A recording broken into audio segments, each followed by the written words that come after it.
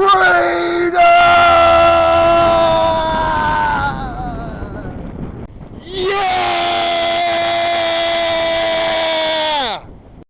Engage with a little more love, a little more passion, and a few more smiles. So, what do you guys see? There's a cultural shift going along with this awakening. What do you notice among each other that people are doing differently? That people are picking up? Anybody? Relaxing, okay. A little more specific than that. No, what are the things you see people in our movement engaging in that make their lives better? Learning, that's part of it. Growing their own food. Growing their own food. Now we're on the right track. What else? Homeschooling, yes. Woo! Destiny! You get freedom, you don't give your kids brains to the government to pollute. Woo! Destiny! When you know you can grow your own food, you don't give them your own bodies either. How about that? What else? Come on, there's more to it than this. There's more to it. I know there's somebody who wants to say that they're afraid to because of liability. Healthcare.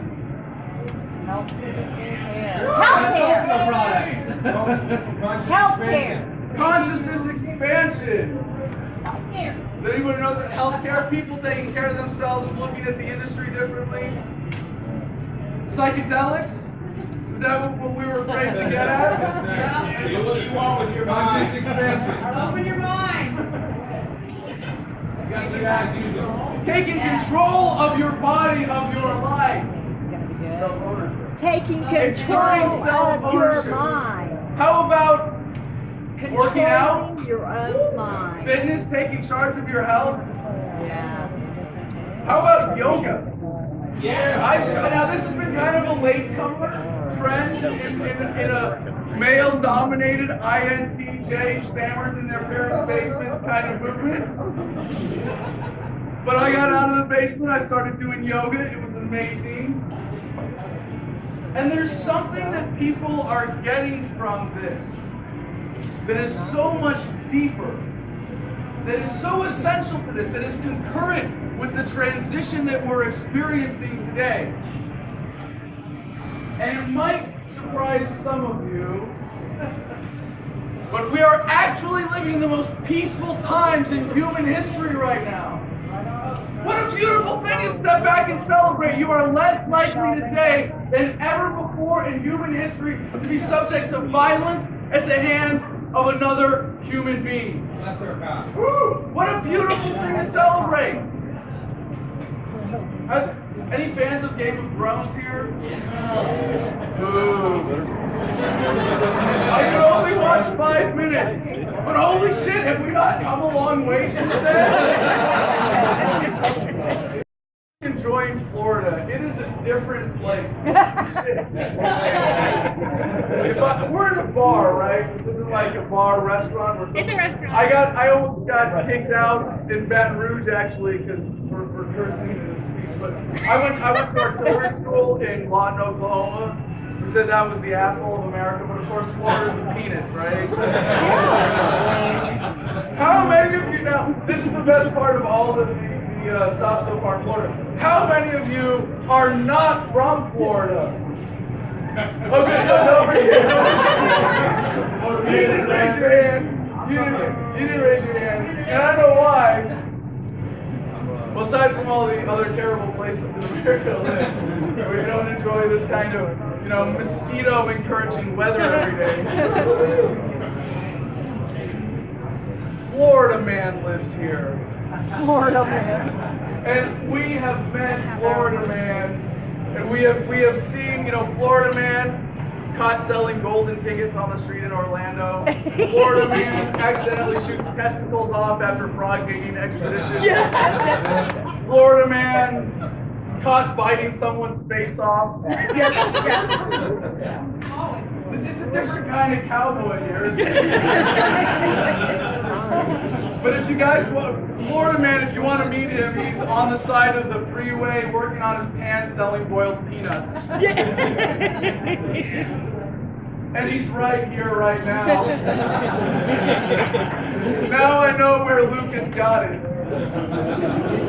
For those of you that don't know, aside from living with me when we were doing Anna versus the Man of Virginia, Lucas was actually in charge of our business operations for a period, and really did an incredible job stepping into that role.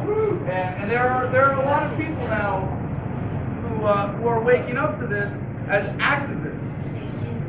And this is really important because when we first wake up, we feel like we're alone. Right? I mean, it's not anymore. Maybe not anymore. Maybe not when you have communities like this. When you're able to connect as you do online. But the first part of waking up comes with a little bit of embarrassment almost. Self-consciousness at least. It's like, oh, am I the only one that thinks this way? And what comes out of that is a temptation then to put on the suit and tie, stand up straight, comb your hair, and be a good little cog in the machine and tell people that I work my 9 to 5 and I pay my taxes, and therefore I'm a rational citizen, and you should listen to me. And they go, gee, I don't know.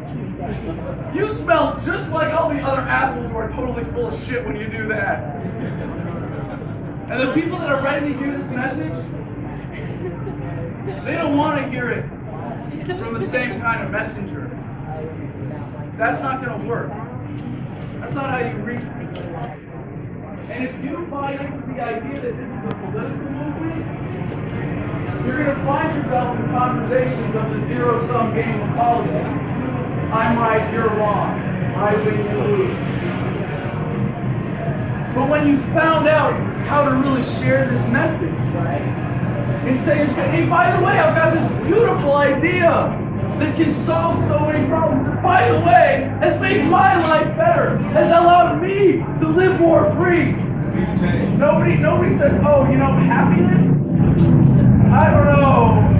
Who's going to build the roads? You can't object to someone trying to share that joy with you. It's not a political movement, it's an anti-political movement. If politics is the conversation of who do you point the guns of government at to organize society, and our premise is no! This is an ethics movement, a morality movement, a philosophy movement, and we have to be honest about the nature of what we are doing. We're not trying to be like Sisyphus rolling that rock up the hill going for votes and petition signatures, and to win debates, and to win arguments, or to sit on your soapbox and be right about everything. No, we have to win converts to a different way of thinking. Now, what defines that? Any fans of Sam Conklin here? Good. Agorism, the idea of counter-economics and connecting all of your business affairs outside of the purview of government. Nobody said earlier tax evasion. How did you forget that? Are there any enthusiastic taxpayers here? Boo. Woo!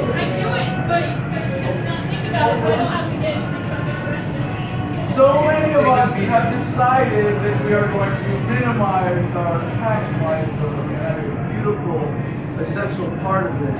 But Sam Conklin said there were 2 definitions of libertarian. One, anybody who calls themselves libertarian.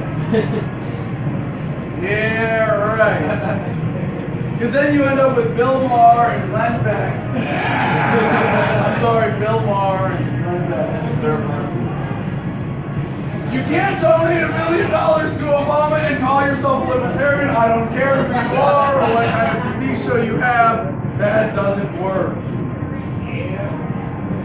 Sam Conklin's second definition of libertarian: anybody who agrees with me on absolutely everything.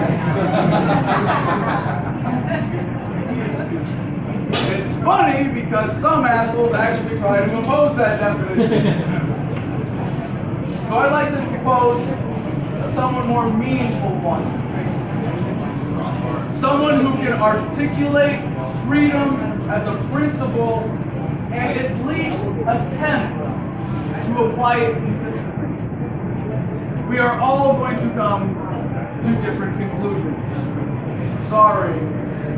Not everybody can be right about everything. That's my job. Woo! So for those of us who get it at that level, how many of us are there? How many of us? 1% of the population would be 3.2 million. You think we're there? Nope. Nope. The consensus we've had so far is around 1 million, maybe 1.5. So what are we doing running for office? You know how that works. I see people go like, yeah, and then I'm going to get elected. We're not going to go for 50% plus 1, we're going to go for 1/3% plus a miracle. Let's be honest about where we are. We have to win converts to a fundamentally different way of thinking. And if you want to do that, you can't be telling someone, by the way, you're an evil idiot who's wrong about everything because you pay taxes! How dare you! Now, everybody, when they start paying attention, is brought down on some level, right? How many of you have felt angry in the course of waking up? We don't get a round of applause for our applause.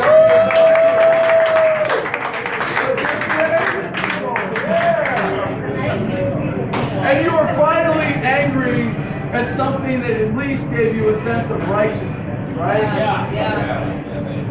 How many of you were sad or depressed in some way when you saw the scope of the tragedy that is government, of the millions of lives lost, of the opportunities destroyed, of the wealth stripped away from people? Woo!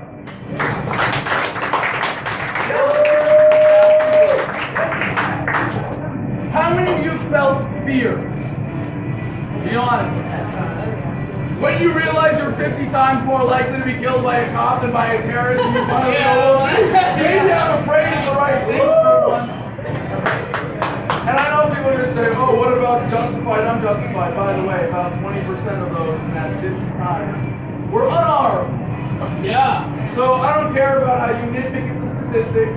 As an unarmed American who is never armed, you're over 10 times more likely to be killed by a cop than by a terrorist. So what do you do then? This is natural. This is natural.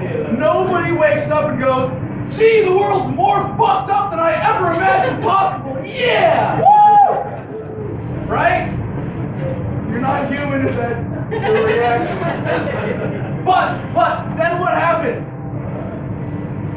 You go out on the street corner with your sign and your bullhorn, and you say, now join me in my anger and my fear and my depression.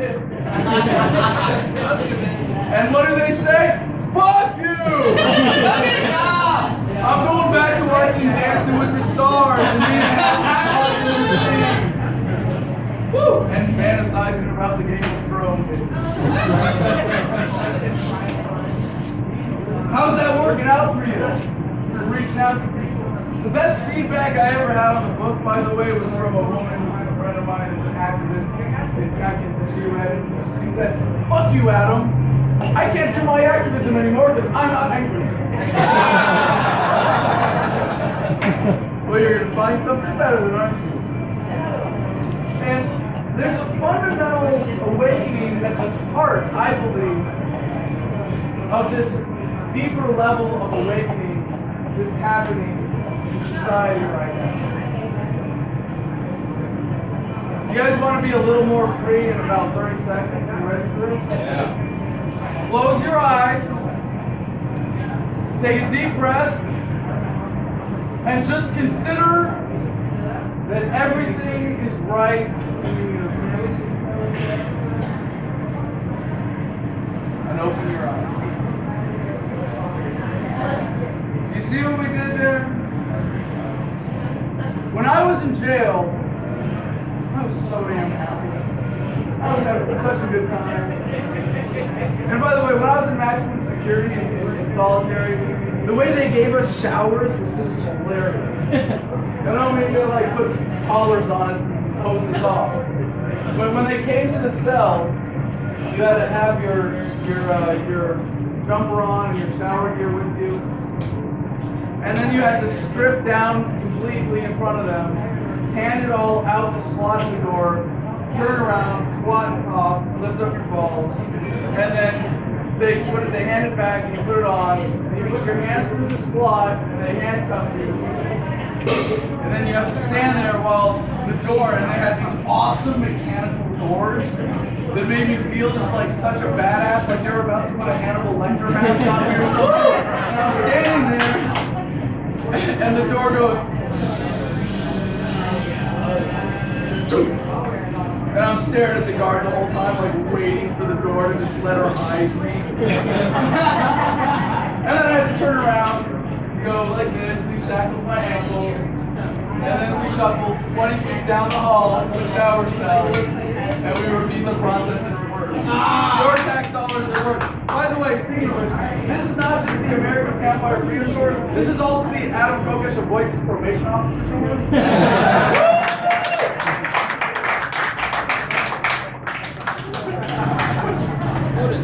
One of the charges that I had to plead to in D.C. was a marijuana charge for smoking a joint at the joint summit with President True from the White House. And so because of that, I'm a drug offender and I have to take weed tests. But because it's medical in D.C., this is really funny. It says you must not break any laws at any level, except for medical marijuana if you have a recommendation. And then, because I'm banned in D.C., I'm on D.C. probation supervised in L.A., and I have a recommendation letter there. So while I'm in L.A., I have to call in every single night to a hotline to see if I have to pee in a cup the next day. But I'm allowed to pee with marijuana! Your test So when I was in jail, I took every opportunity to tell everyone I ran into, especially the guards. And by the way, when you're the guy who's making phone calls home to a producer who's recording podcasts, and they wear name tags, they at least tend to follow the rules around you.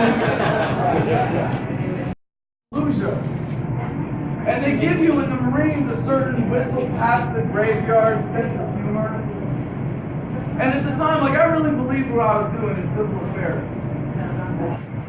And there's a certain zen state of being beautifully engaged in a challenge that really engages all of your capabilities and forces you to grow and to be absolutely focused on that. And it's a joyous state. And you all know what I'm talking about. You've seen people in this, in every field of anything that humanity does. There are people who get into this, who do it what they do with that kind of passion. Well, for me, it was being in solitary confinement.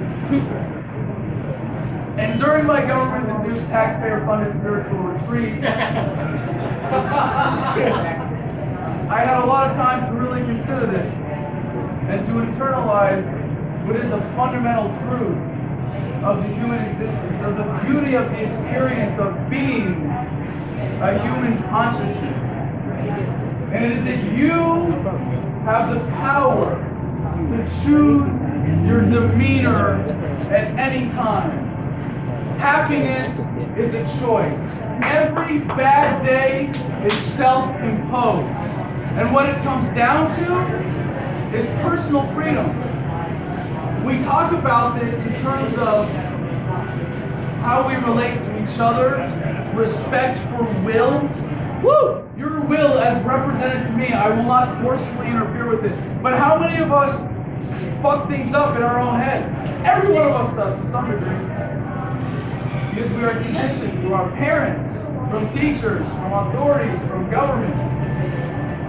And we talk about the propaganda effect very comfortably here, right? What does government want you to feel? Scared, angry, depressed, dependent, beaten down. But we don't talk about the flip side of this. And it's so obvious. What does it mean to be impervious to that kind of emotional manipulation? To respect your own freedom. Respect your own will. And what this does to how you engage with the world is so beautiful, it's so powerful, and to be involved in the process now, as we see the movement growing, we see the culture of the movement deepening, that to see that this is a part of it, that this is changing the way we do activism. And I define that as broadly as possible. There are things that we do for ourselves, and there are things that we do to make the world a better place. And yes, rational self-interest, we are serving our own desire to see the world made in our vision of peace and harmony. Yeah! But everything that we do that is beyond ourselves is a form of activism. And what we are doing is we're moving past the kind of ego-driven, headline-grabbing bullshit that I'm well known for, and getting on to actually having deeper connections with our neighbors, with our friends, with our family, with people around us, waking people up one at a time, having those conversations, following up, giving people that which brings you joy.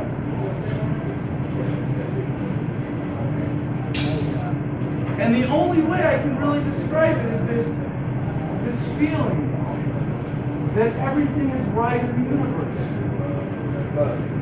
It's a kind of unconditional acceptance, not just of yourself, but yourself as a hologram of the universe becoming aware of itself. Whatever metaphor you want to describe that as. I'm sure you're not the only one. And when you have this, when you are truly free, you can have a boot heel literally on your neck and look up at that guy and smile. There's no more anger, there's no more hatred, no resentment, just acceptance. And maybe you want to bring into that a little love, a little empathy, a little pity. And it so fundamentally changes your perspective on activism, on how you engage with the rest of the world. But you think the cop who beats up protesters is a well-adjusted human being who goes home to a happy, loving household? Woo! You think the politicians running their racket don't know what they're doing? You think that brings them joy to be professional liars? How about the bankers? I believe it was George Carlin who said trying to satisfy your greed with money is like trying to satisfy your hunger by taping sandwiches to your body. Yeah! These are not happy people. And it's amazing how far we've come. 200,000 years, co-team people. We have taken this violent nature that maybe we appeared with, and we have now said, well, no, now you can only be a violent asshole if you're part of the government. Don't hit, don't steal, love thy neighbor, unless you have a gun in the back. Unless you have a silly costume and some politician gives you a rifle and tells you to go to the other side of the planet and kill innocent brown people. Then it's okay. And that's all it is. And when you understand government as violent, when you see all of the things that make violence possible, again, the enforcement class, the lack of connectedness, you also get to step back and see that not only is this course of progress inevitable, because you know you're on the right side of history, but it's accelerating. Has anybody got a feeling for that yet? Yeah. I mean, it's like climbing the rope for the first time in gym class. One of those feelings when you go, wow, this is all happening within our lifetime. And you might think, hey, no. If you're young and healthy today, you will not die of old age unless you choose to. Congratulations, you made it. We have reached longevity, escape velocity as a species. Dying of old age will be a choice very shortly here. Computing power, following Moore's law, exponential growth, driving life expectancy, productivity, communication, connectivity, all of these things that make violence obsolete. And I can only describe this point that we're coming to as all these exponential growth curves. Obviously, an exponential curve never goes to vertical. Yes, I took algebra in high school. And I know it never quite hits the asymptote of that vertical line. But right now, today, I could look up on my phone where the smartest computer on the planet is. But tomorrow, someone's going to be talking to it saying, please design the next faster computer for me, Mr. Computer. And it's going to say, yes, sir. And at that point, from the perspective of our puny little mind, it might as well be vertical. You could say we're already there. Even with no technological development, the implementation of the technology that we have today is in the process of rendering government obsolete. And yet some people who get this message will tell you, if we don't grab our pitchforks and storm the barricades, it's 1,000 years of tyranny and darkness. And by the way, buy my survival seeds and water filters. And that's not one person, that's a lot of people. But you get the feeling they're trying to manipulate you the same way the government is. Because I don't care if you got 40 acres and you feed yourself and you're off grid for power and water. If you sit at your computer screen and you're angry all day, guess what? You're not fucking free. They win, you lose. End of story. Yep. What's the point of being free if you don't know how to have it? And when you get this, when you see where we are going, it is not just so liberating for yourself, but it changes your activism from obligation and duty and fear to opportunity and passion and creativity and love. And you don't have to do anything. You get to be a part of this movement. So in closing, I just want to take a minute to appreciate who we are as this 1/3%.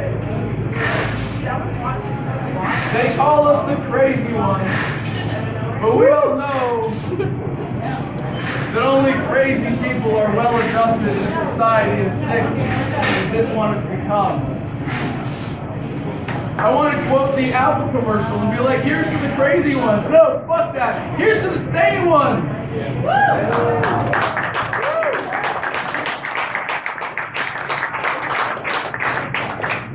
It's not the people who are the captains of the football team, or the head of the cheerleading squad, or the student body president who are the first ones to question the system. We get to embrace that.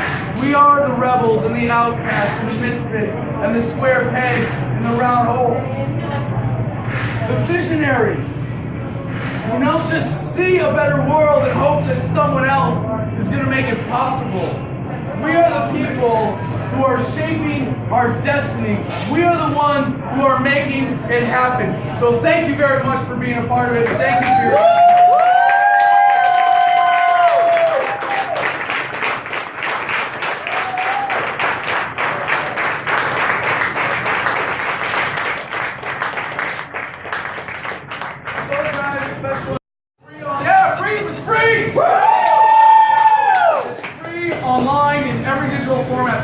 school. I started writing this in jail because it hadn't been written yet, and it was the book that I wish someone handed me in high school that would have kept me from enlisting in the Marines. And so far, no one who's read this has enlisted in the military.